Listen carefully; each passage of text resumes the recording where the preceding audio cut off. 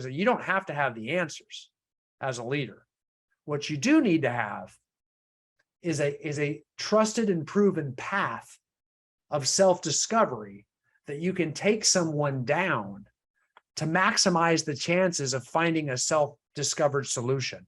Because if they discover it, they're going to own it, because an author owns it. As opposed to you telling them what to do, man, you have a slim likelihood someone's going to do something uncomfortable if you're always telling them to do it.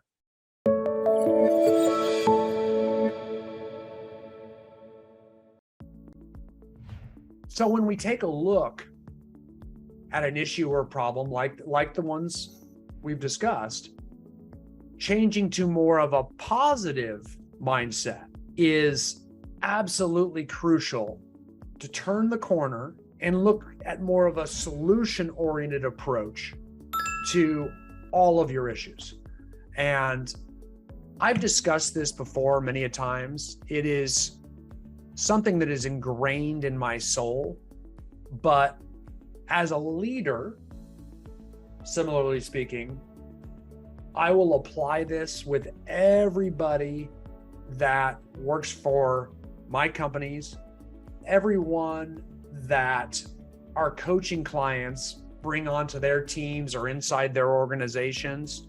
It's part of the onboarding processes. I always want people to be solution oriented. But probably most importantly is we ourselves need to get out of victim mode, right?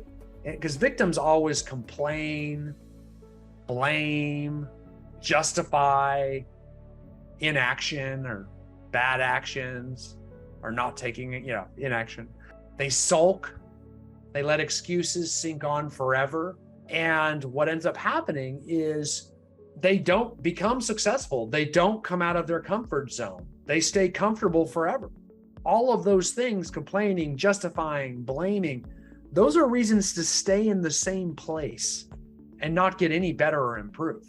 Getting uncomfortable is how we do that. So when we have problems, we don't go into that victim mode. Instead, we have to be solution oriented. Really hard to do in your own head, which is probably good, because that's what gives Icenhower Coaching and Consulting job security, because a coach often will help you with this. But a good leader will help you with this. A good mentor will help you with this. A good spouse will help you with this. Someone to talk to, an accountability partner, just a friend. Getting out of your own head and getting yourself focused into being solution oriented is crucial. And trying, especially when you're helping someone else, it's this concept of being self-managed that is so crucial. Like, if someone comes to you for a problem, there's the kind of the bad way of coaching them and mentoring them and helping them and being a friend, which is, well, here's what you should do.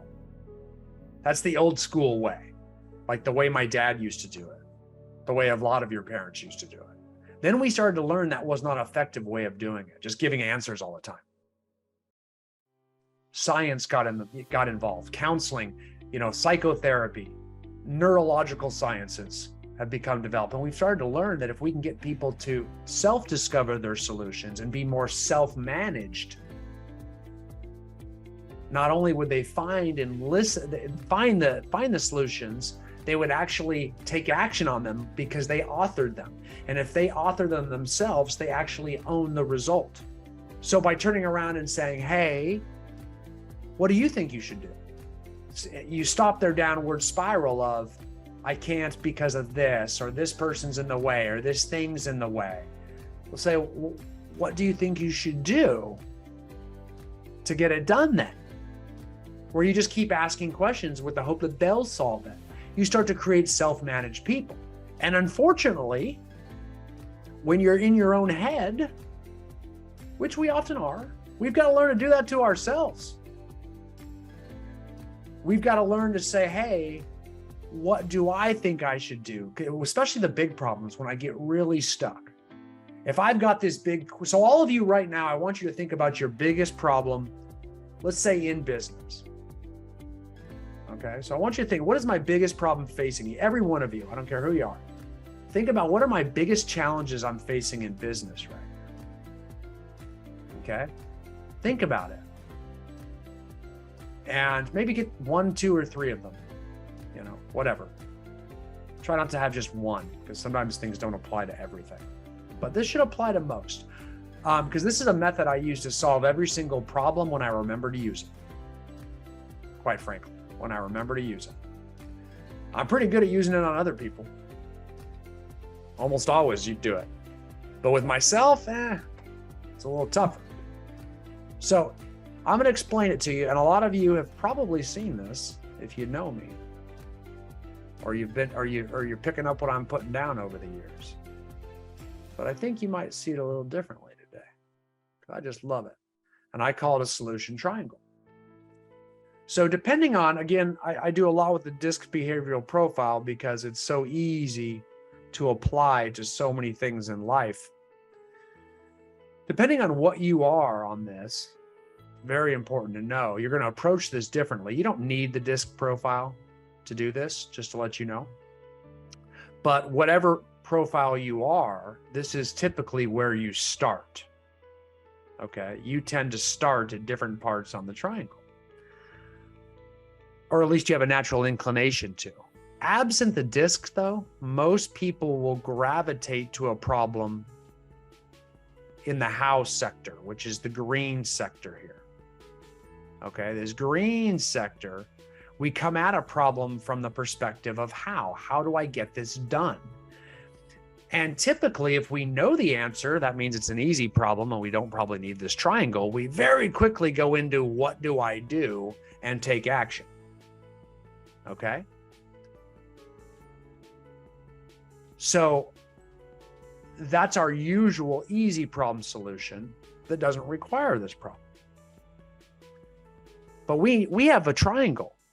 And what'll happen is if we come in at how and we move in here, how do I do it?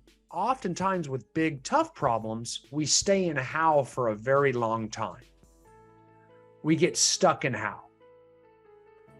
We get stuck in how for so long that what ends up happening is we think about it in our head over and over again. We mull it over. Then we start to forget about it and do other things until something reminds us of it. Then we think about it again and we go back into that cycle. Maybe before you go to bed at night, you think about it. Maybe when you're bored, you think about it. I don't know. But you start to think about it less and less over time. We might even just put it on a to-do list at some point. Like someday, I don't want to forget this, but I'm not going to deal with this problem right now. So the problem becomes a very, very substantial roadblock to our growth. We're too busy for that. It might be the busy season in real estate or something. We're too busy for that. I'll deal with that later. So that big problem now gets tabled because it requires more of your thought, which is freaking ridiculous. If it's not up there, it ain't there.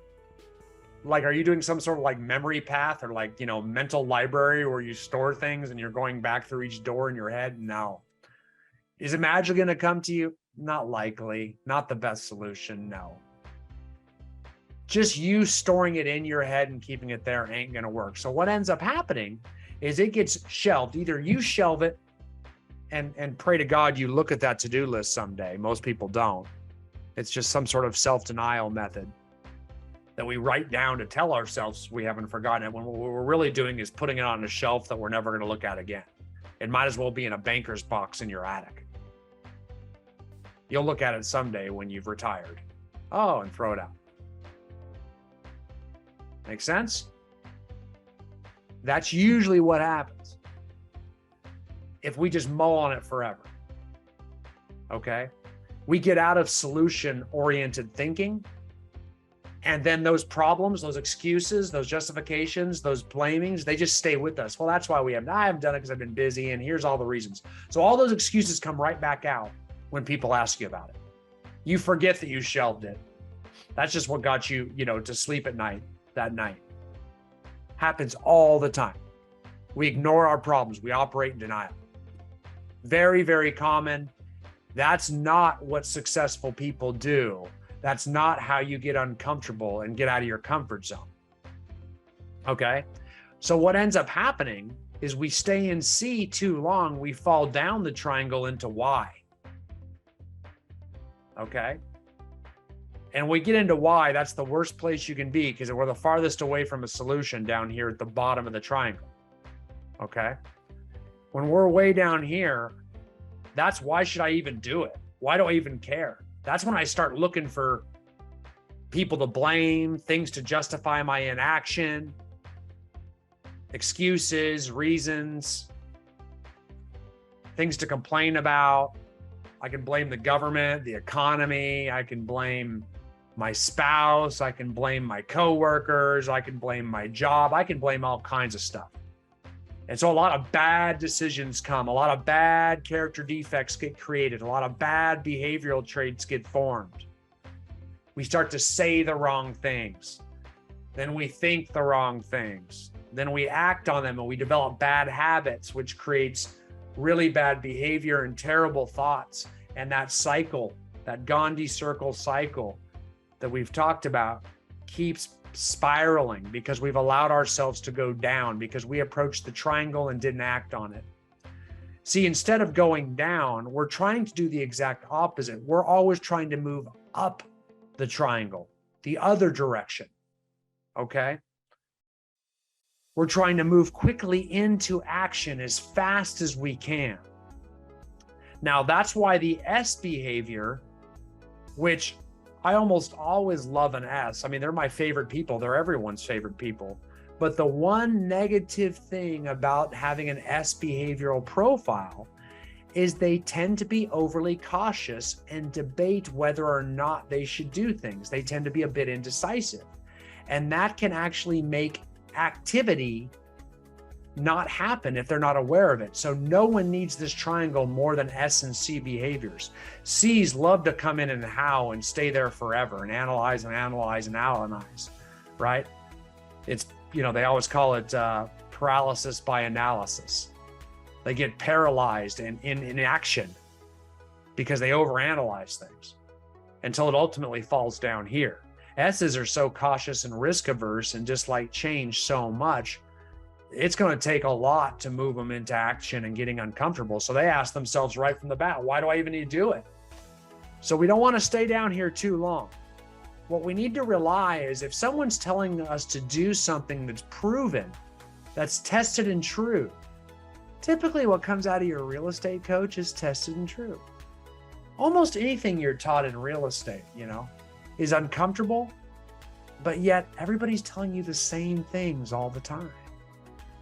You got to lead generate. You got to time block. You got to follow a calendar. You got to be structured and disciplined. But I like my freedom. I get it. Rights and responsibilities, gang. But I'm doing pretty good so far. Okay, think of how much better you could do. Because these people aren't wrong that are telling you this over and over again. Just because you've heard one successful person say something different doesn't mean I cling to that, right? You can always get better. I don't care who you are.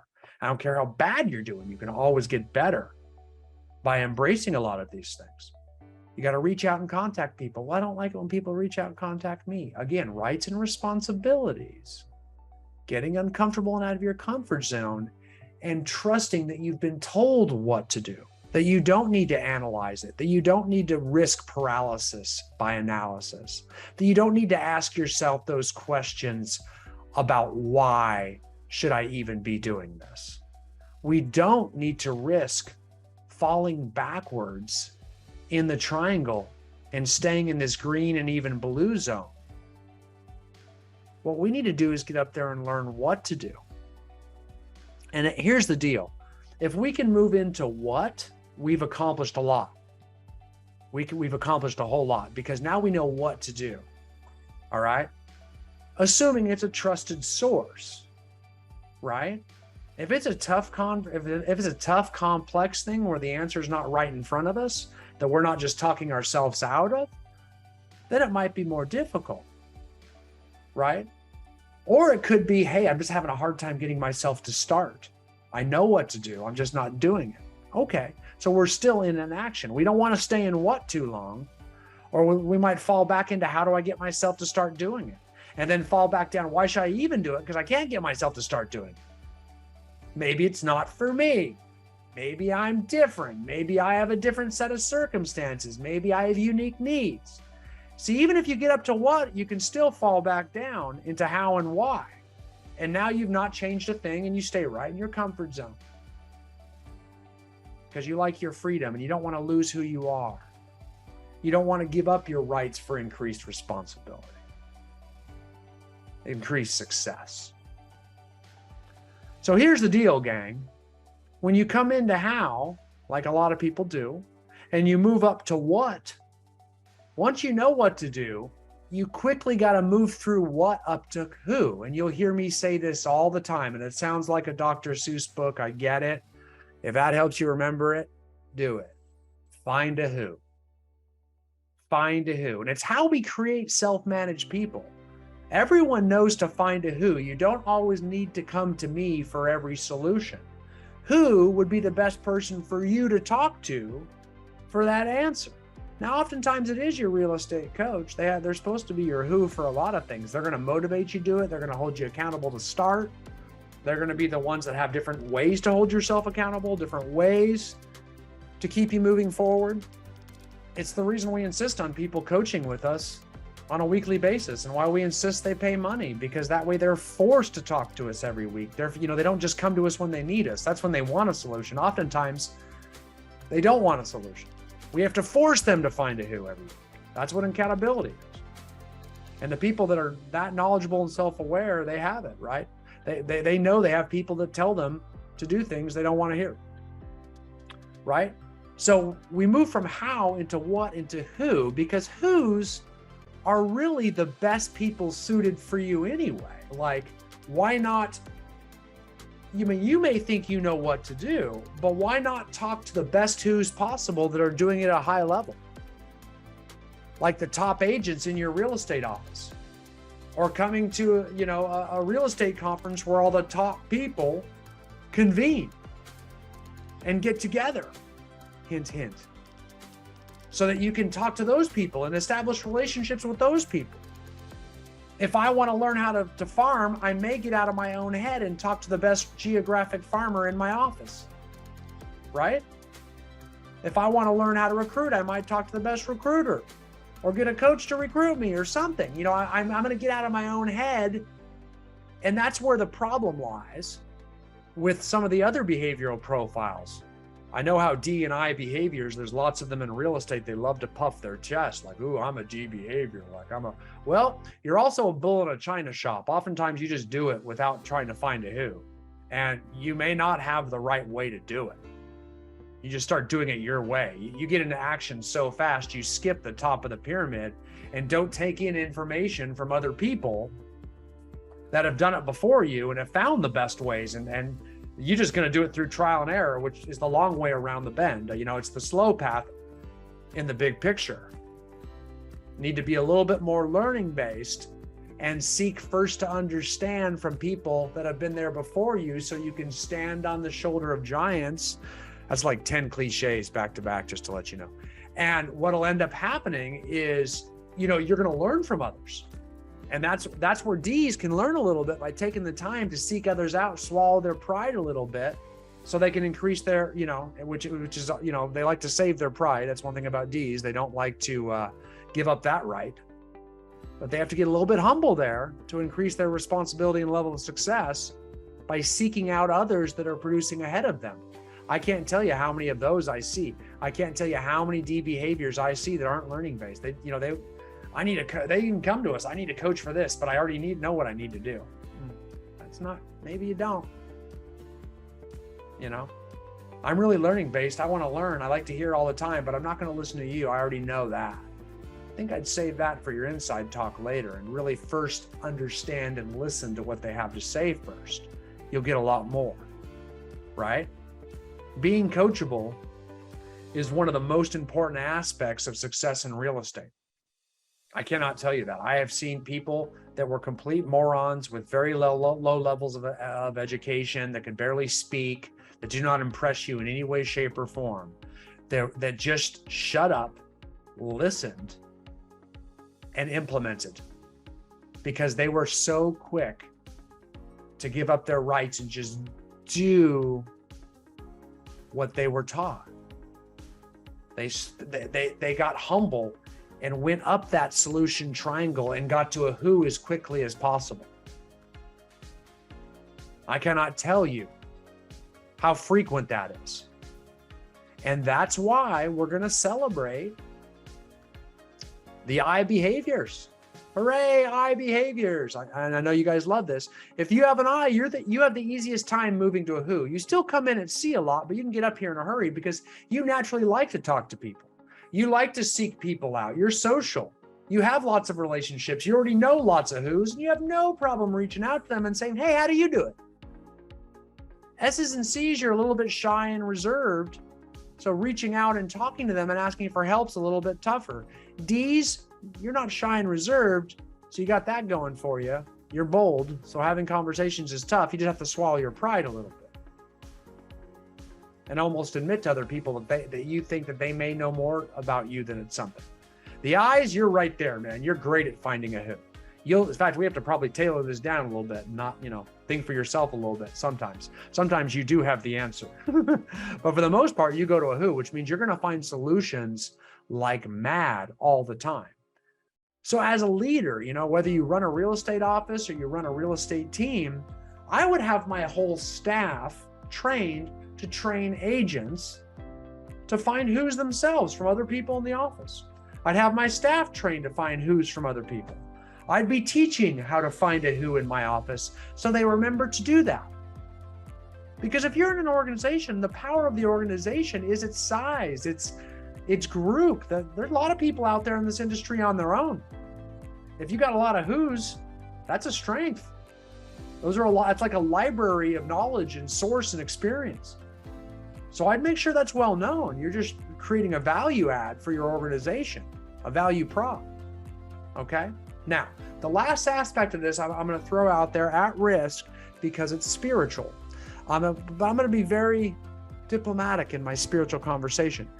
I had a great mentor of mine once tell me you could actually go up here and have a tip of it, almost like the star on top of a Christmas tree, or the tip of a dreidel. I don't care what religion you are. I could go on and on. But if you can't find someone that knows a who, you've got to have some higher power in your life, whether it's the universe or God of some sort, that you can pray to, that you can meditate to, and maybe ask for that solution to be revealed to you. And you might do that regularly until you do get a solution. Because even if you don't have a who, I do recommend, no matter who you are, that definitely have a spiritual basis as part of your life balance. It's something we coach and train to all of our clients. That life balance is crucial. Monetary success is only half the equation. You better have some life enjoyment. And I think you should have equal goals for life balance and life enjoyment along with increased success. If you don't have that business model, you're in a bad business model. I get it when you're 22 years old or something, all you want's money, but at some point you're going to want a life. Hopefully that comes to you sooner rather than later. And part of that's having a spiritual aspect to it. You get to choose what type of spiritual aspect. I'm definitely not your person to help you choose that, but I definitely do. And it's something I always work on and need to get better at. And if I have a problem that I cannot seem to solve through the solution triangle, I go up top with it. If I don't have a who, I go up top and I make sure as frequently as possible, I ask for help there. If that's the universe, if that's a star, if that's a freaking horoscope, I don't know, whoever, God or whoever, ask that thing or it or person for it. Could be a deceased family member, don't care. Some sort of higher power that's greater than human or runs along through us. I don't know, the Force, you could be Yoda, I don't know, whatever. Ask for help there and see if it doesn't come back to you. But show that you need it enough that you ask over and over again and see if that solution doesn't come. Sometimes that's the best advice you can give someone as a leader is, man, because you don't have to have the answers as a leader. What you do need to have is a trusted and proven path of self-discovery that you can take someone down to maximize the chances of finding a self-discovered solution. Because if they discover it, they're going to own it, because an author owns it. As opposed to you telling them what to do, man, you have a slim likelihood someone's going to do something uncomfortable if you're always telling them to do it. I'll tell you that right now. It's really hard to get someone to follow you and do what you say if you're just telling them to. I mean, I know I tell them a million times and they just don't listen. Well, if you keep on doing the same things, you're going to keep on getting the same results. Sound familiar? I'm telling you exactly what you're probably telling them. Might want to get a little bit more uncomfortable with our leadership style. And if you're all by yourself trying to solve a problem of your own, I mean, have this hard, fierce conversation with yourself. Because, and if you can't, find a freaking who that can. Got it? It's real simple. There is no solution that this won't there's no problem that this won't generate a solution for ultimately. All right, guys?